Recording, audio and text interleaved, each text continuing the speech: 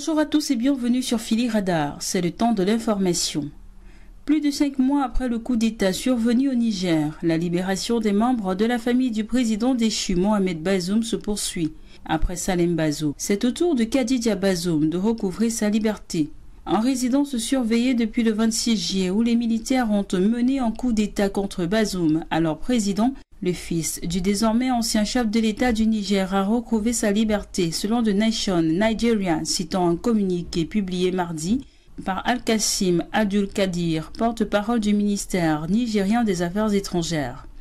Outre Salem Bazoum, l'ex-première dame du Niger a donc également été remise en liberté.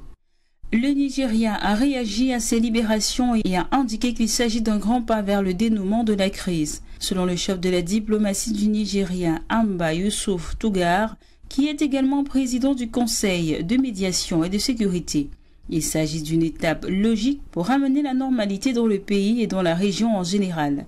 La décision de libérer le fils du président déchu constitue un point amassé dans le cadre de signes d'apaisement des tensions entre le Niger et la CEDEAO. Cela pourrait également pousser à une prochaine libération de Mohamed Bazoum et donc à la levée des sanctions contre la République du Niger. Aux États-Unis, un duel entre Biden et Trump en perspective. Dans moins d'un an, les Américains vont élire leur 47e président. À cet effet, un nouveau duel Biden-Trump se profile petit à petit au pays de l'oncle Sam. Pour certains, le candidat démocrate Joe Biden, 81 ans, est trop vieux pour être président et sa cote de popularité dépasse à peine les 40%. Le locataire de la Maison-Blanche mise surtout sur son bilan en matière d'emploi avec notamment un chômage au plus bas et un grand nombre de postes créés depuis sa prise de fonction. Toutefois, il risque d'être sanctionné à cause d'une inflation encore persistante et une politique migratoire jugée trop laxiste. Selon les derniers sondages, l'ancien président Donald Trump, de son côté, compte une avance de 4 points sur Joe Biden dans les intentions de vote en vue des élections présidentielles de 2024. Une enquête du Wall Street Journal fait ressortir que le géant de l'immobilier recevrait 47% des voix contre 43% pour le candidat du Parti démocrate, alors que l'avance s'élargit à 6 points en présence de 5 candidats tierces et indépendants qui recueillent 17% des voix, dont 8% en faveur de l'ancien démocrate devenu indépendant Robert Kennedy. Ce recul s'explique selon l'enquête par une désaffection vis-à-vis de la performance de l'administration Biden. Seuls 23% des voix percevant d'un bon œil les politiques du gouvernement fédéral.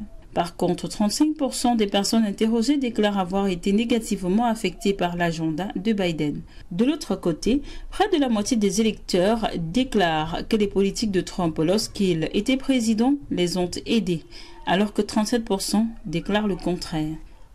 Ces résultats représentent, selon le Wall Street Journal, le dernier camouflage pour Biden et les démocrates, dont certains s'inquiètent de la capacité d'endurance de l'actuel président et redoutent en même temps le retour en force de Donald Trump. Battu par Joe Biden en 2020, Donald Trump veut devenir le premier ex-président depuis Grover Cleveland en 1992 à remporter un second mandat après avoir perdu une réélection.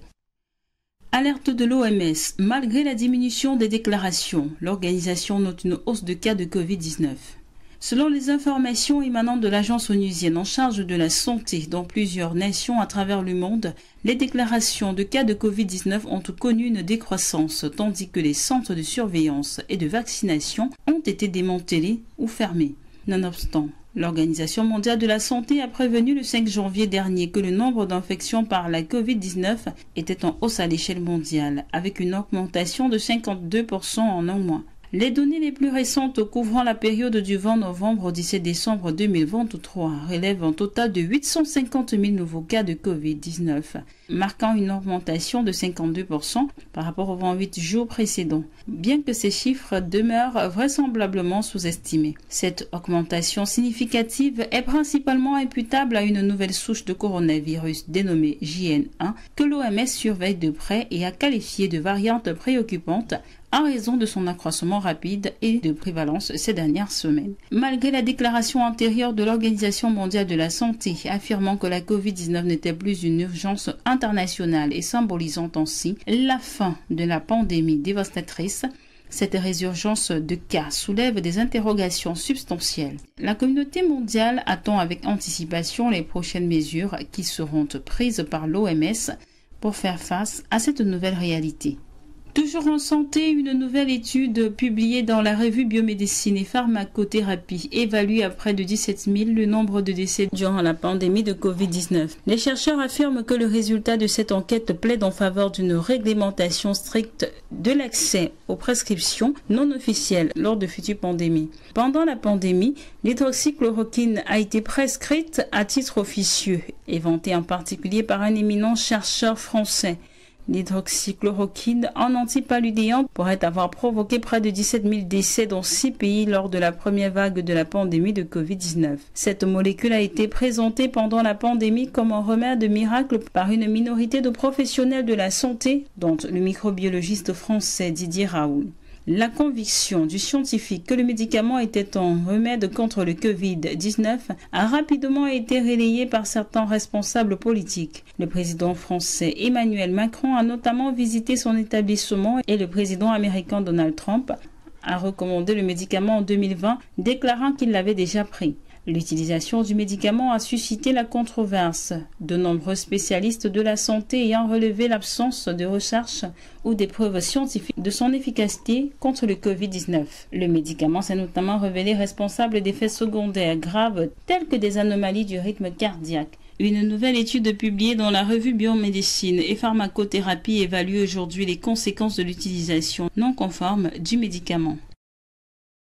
Fin de ce flash d'information. Merci de l'avoir suivi. Abonnez-vous à la chaîne si ce n'est pas encore le cas. Activez la cloche de notification pour suivre toute l'actualité sur Philly Radar. À très bientôt.